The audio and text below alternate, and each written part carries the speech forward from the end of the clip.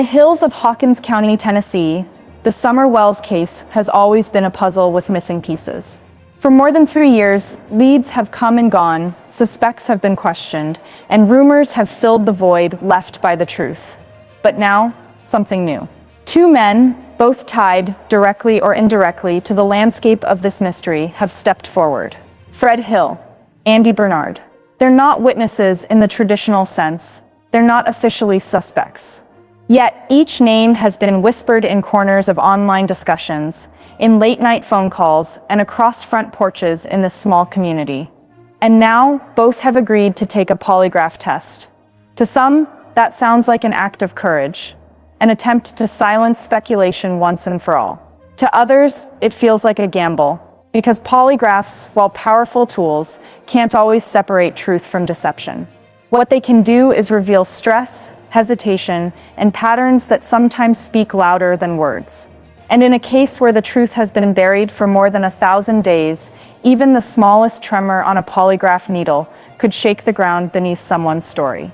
Tonight, we're going to break down exactly why these tests matter, what they might reveal, and why, after all this time, the decision to take them is raising more questions than answers.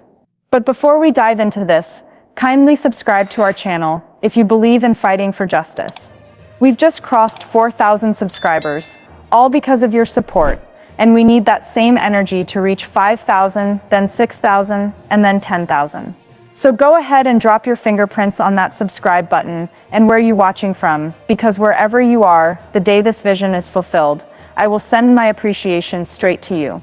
Let's keep building this community that fights for justice together. 3 years after Summer Wells vanished, 2 new voices, Fred Hill and Andy Bernard, have agreed to take a polygraph. Is this a leap toward closure, or a carefully crafted diversion in the search for answers? To understand why this matters, we need to return to the beginning.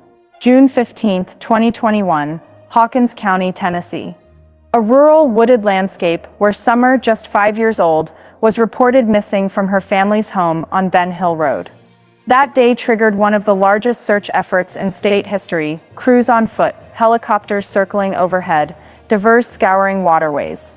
The Tennessee Bureau of Investigation, local law enforcement, and dozens of specialized teams poured resources into the hunt. Yet, days turned into weeks, and then into years, without the solid breakthrough everyone was praying for. Public interest has never truly faded.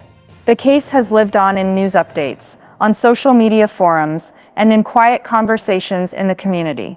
Every new tip, every unusual statement, every slip of the tongue has been examined and debated. And now, we have something new. The polygraph, a tool as controversial as it is intriguing, has entered the picture. Some see it as a truth teller, a final arbiter of honesty. Others dismiss it as unreliable, pointing to cases where results have been misleading or inconclusive. But in the world of criminal investigations, a polygraph isn't just about the results, it's about the reaction it provokes, and the questions it forces into the light. Asterisk Detective Max here, listen closely. Right now, you might feel like you've heard this story before, but the truth is, we're only scratching the surface. The real turning points are buried in the details most people overlook, and that's exactly where we're heading next.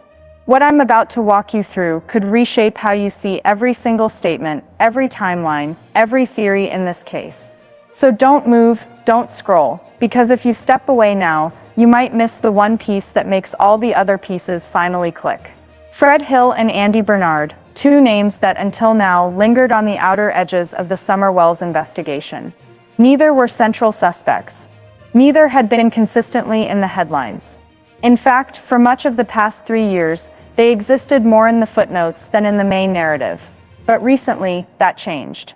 In a move that caught the attention of both the public and online sleuths, Fred Hill and Andy Bernard publicly agreed to take a polygraph test.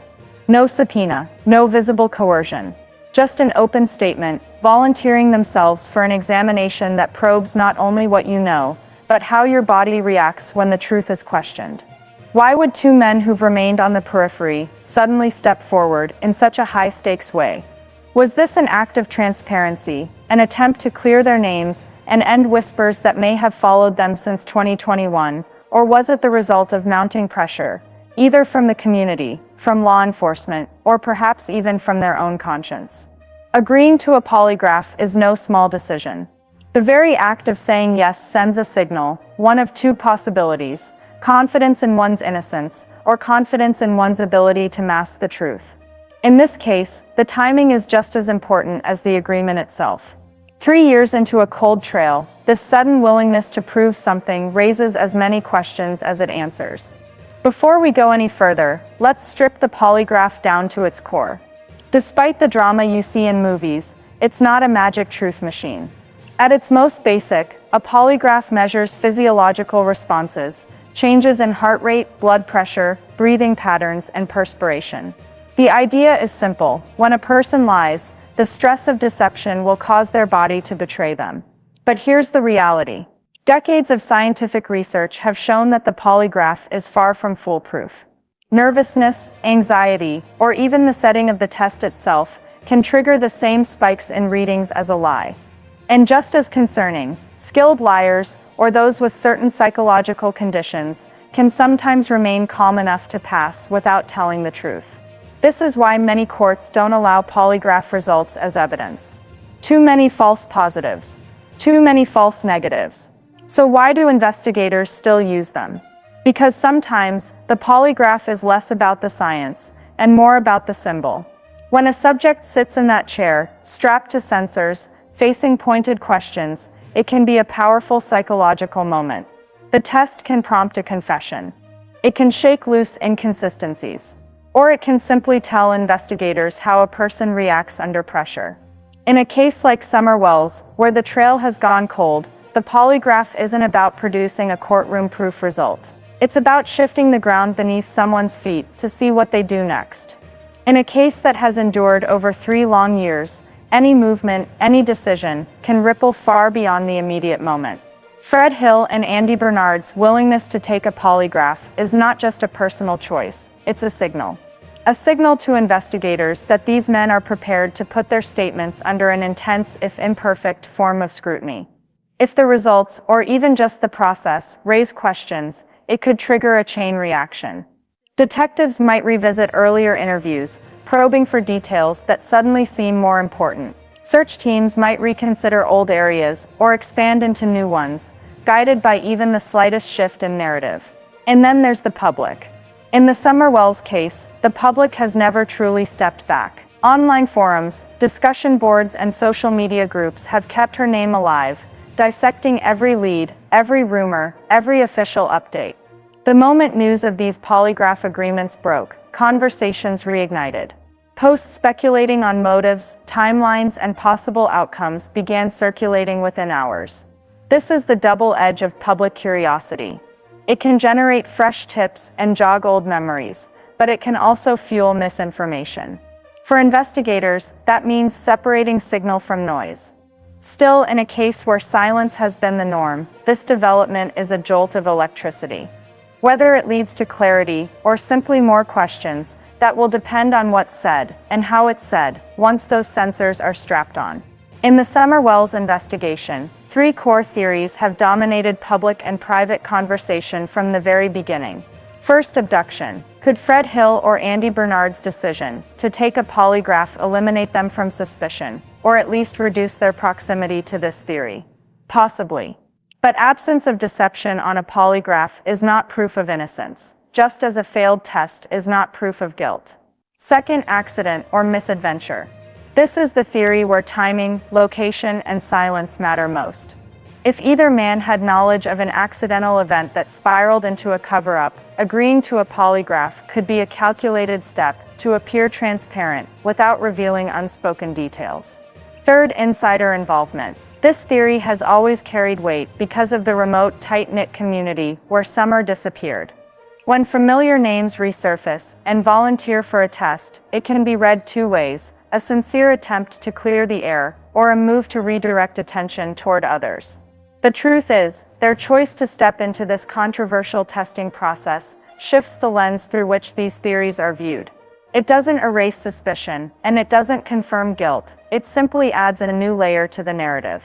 In the world of criminal investigation, actions are rarely just what they seem. And in the absence of verified results, the polygraph is less a verdict and more a stage.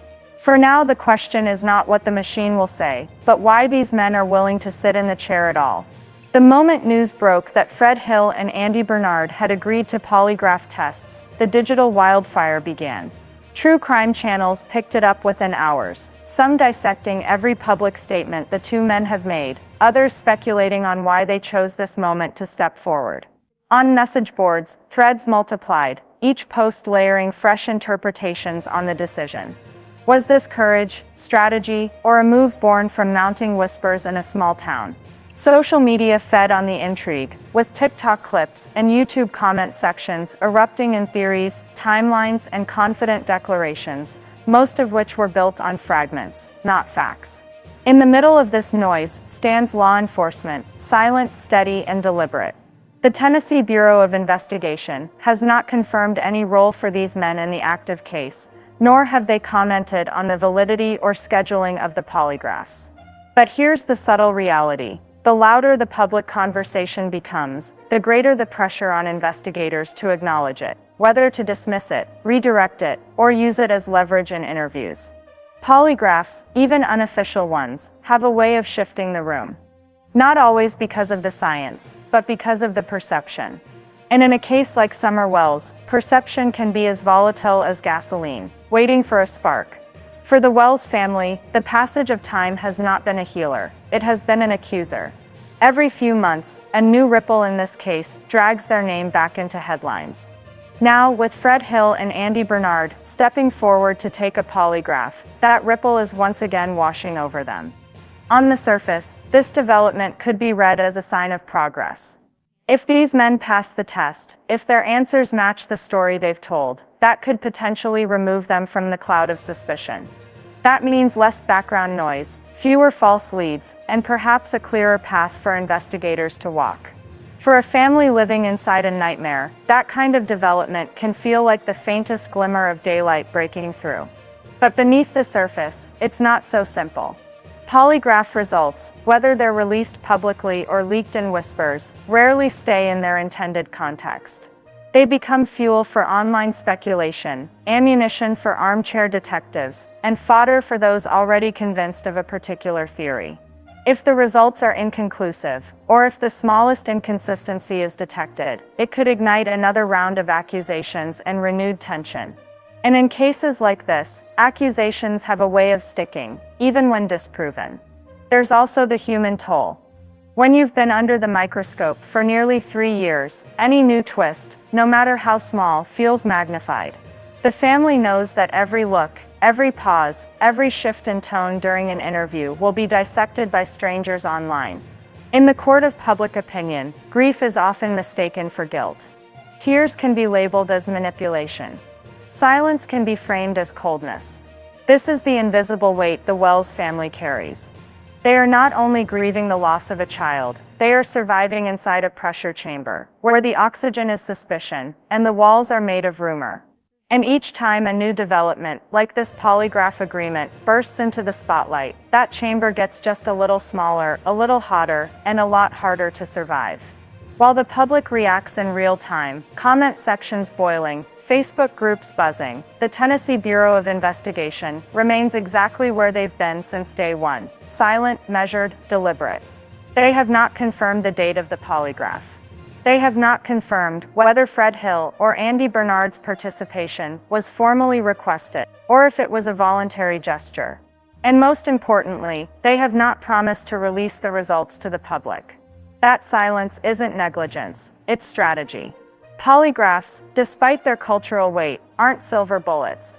They can hint at deception, they can raise questions, they can even prompt confessions, but by themselves, they don't close cases. In court, their value is limited. In investigations, their value is leverage. For TBI, this development is less about what the machine says, and more about what it provokes. If someone is being untruthful, even partially, the pressure of knowing they've just been tested can lead to slips in follow-up interviews. If someone is telling the truth, the test can help rule them out, quietly narrowing the suspect pool without feeding the rumor mill. The public may be desperate for instant answers, but the Bureau knows this isn't a race, it's a minefield. Each step must be deliberate, each move calculated. Because in cases like this, a single misstep can destroy a lead before it ever sees daylight.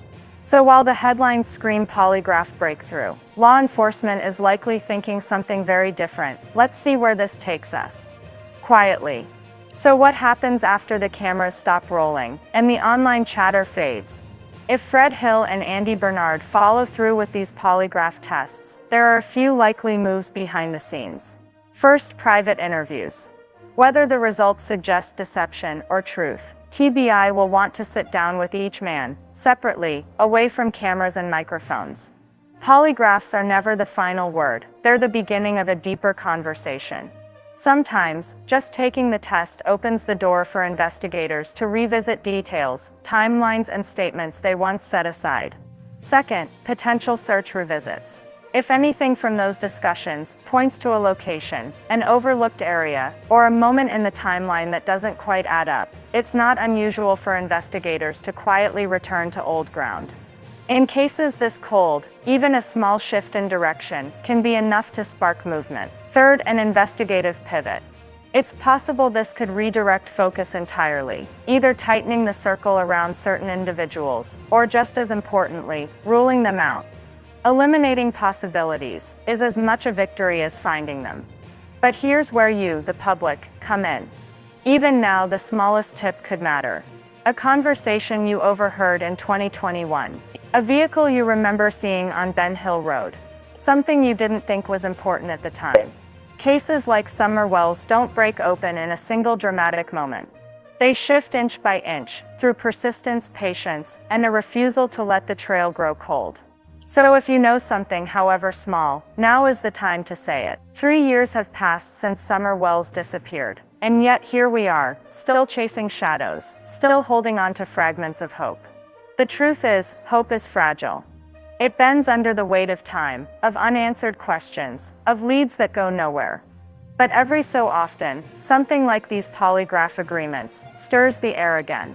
Let's be clear, a polygraph is not a magic key. It can't tell the whole truth, and it's not admissible in court for a reason. But what it can do is light a match in a darkened room. It forces conversations. It challenges silence, and sometimes, it brings people back to the table who thought they were done talking. This case, Summer's case, will not move forward without vigilance. That means sharing her story.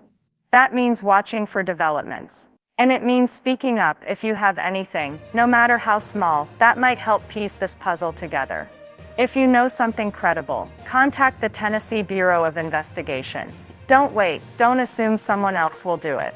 Detective Max here, this investigation isn't over. Stay sharp, stay engaged. And until we meet again, keep your eyes open, and the truth in sight.